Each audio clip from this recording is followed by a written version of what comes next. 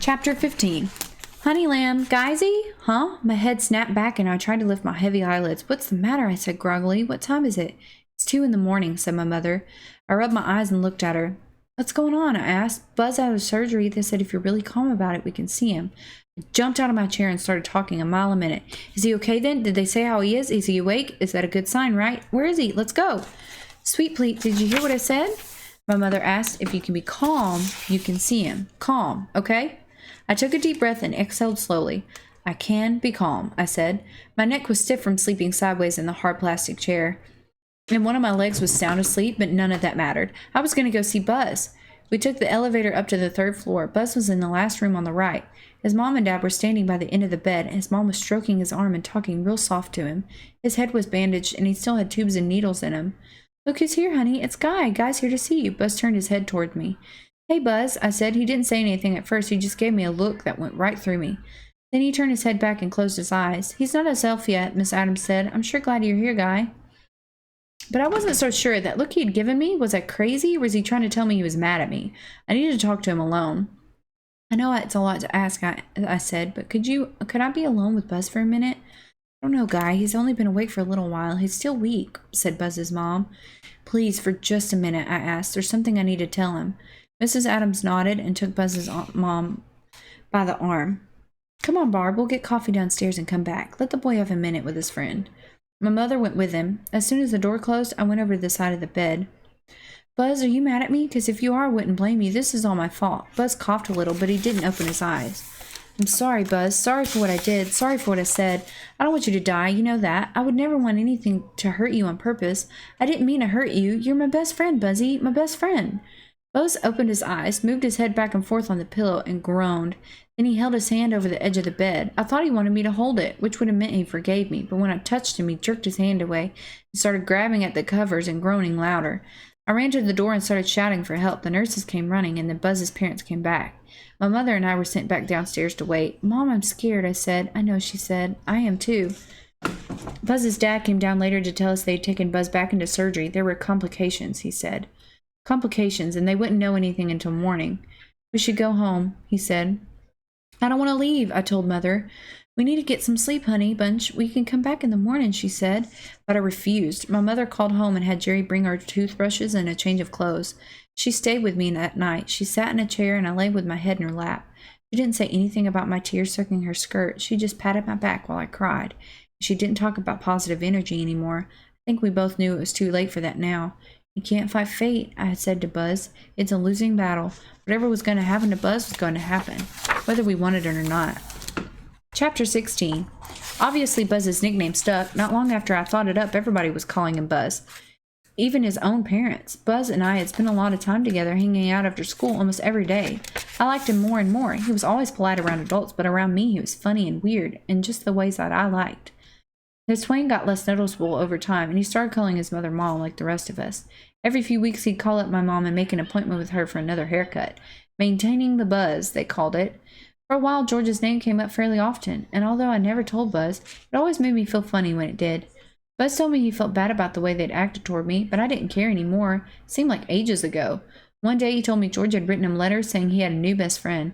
I didn't tell him this either, but I was glad. When school let out, Buzz and I went to work on a project we'd been planning together for months, a fort. We collected all kinds of stuff. We got scrap plywood from under his porch and a bunch of carpet samples from my basement, hauling it all out to a spot we'd picked it in the field behind our subdivision. My dad gave us a stack of old records which we tacked up all over the place as decoration. It wasn't much to look at, but we loved it. The day we nailed the roof on, our parents agreed to let us sleep overnight in the fort. We took sleeping bags, and my mom packed a bunch of food for us, including a big bag of snickerdoodles. Miss Adams contributed some juice and a package of rice cakes, which we entertained ourselves with by sailing them across the field. That night, we lay down in our fort, swatting mosquitoes and talking in the dark. Did you ever think about that question, which came first, the chicken or the egg? Buzz asked. Not really. Well, think about it. Which are you, a chicken man or an egg man? Egg, I guess. Yeah, me too, he said. Did you ever think about the question, how much wood could a woodchuck chuck? That's not a question, I said. It's a tongue twister. It's both. Part tongue twister, part questions. What do you think? How much could he chuck? That depends, I said. On what? Mostly on what chucking means and whether or not he can actually do it, I said. Why wouldn't he be able to do it? Buzz asked. Well, remember the end of that thing? It goes, if a woodchuck could chuck wood. That's a big if. I said, you're a big if, said Buzz. Oh yeah? Well, you're a big gumwad. Takes one to know one, Buzz said. 2 weeks later, on July 14th, I turned 8. I had a party. My mother made one of her famous birthday cakes. It had a picture of me on top, dressed as a shrub. For party favors, she gave out shamrock boxer shorts. We all got silly and wore them on our heads instead of party hats. Buzz led us around the house in a wild bunny hop that ended us with all of us laughing and rolling around on the floor. I wasn't sure what to wish for when I blew out the candles. I came up with something at the last minute, though. Please let things stay exactly the way they are with Buzz and me. When it came time to open presents, I saved Buzz's till last. I don't even remember what it was, but I remember the card. I still have it stuck to the bulletin board over my desk. There's a picture of a fat, bald baby drinking a bottle on the front, and it says, Happy Birthday, and it's signed, Your Best Friend, Buzz. Chapter 17. After they took Buzz back into surgery, eventually I must have gone to sleep because when I opened my eyes, bright sunlight was pouring in the window. At some point in the night, someone had moved me into another waiting room where there was a couch. My father was sitting in a chair next to me wearing a suit and tie. He had always been on a business trip all week. It was sort of shocking to see him dressed up like that after having spent so much time reliving the old days in my head, back before we realized his pants were too short and white socks and loafers looked dorky. When did you get here? I asked, rubbing my eyes. Your mom left me a message. I came straight from the airport. He gave me a big hug and ruffled my hair. I didn't realize how much I'd missed him. Where's Mom? I asked. Actually, he said, flashing and making a big smile. She's at home baking a cake. What? Baking a cake? Uh-huh, said my father, a great big one. It's for a certain somebody who gave us all quite a scare last night, but who's going to be just fine now. I looked at him carefully. Are you saying what I think you're saying? I asked. Buzz is going to be fine, my father said. I threw my arms around him and I yelped with joy. You should have woken me up to tell me, I said.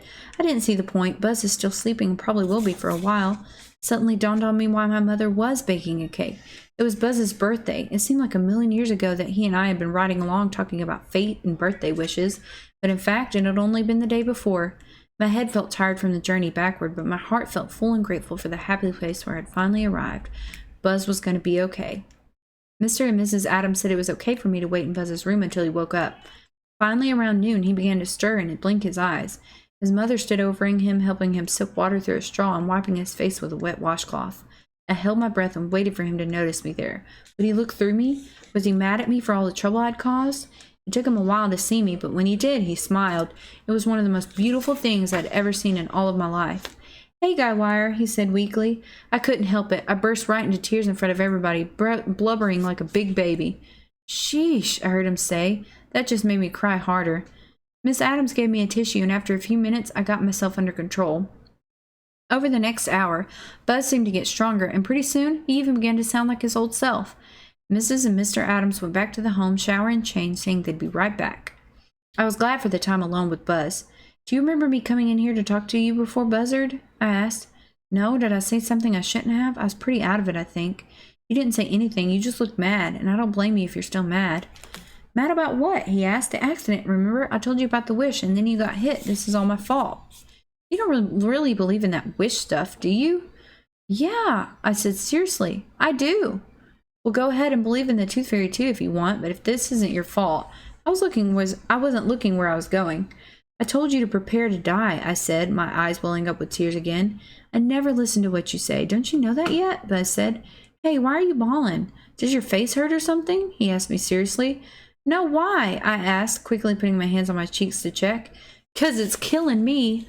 He laughed and so did I. Then Buzz closed his eyes and kind of drifted off for a minute. When he opened his eyes, he looked kind of worried. What's the matter? I asked nervously. Do you need me to call the nurse? No, I'm fine. I'm just remembering something.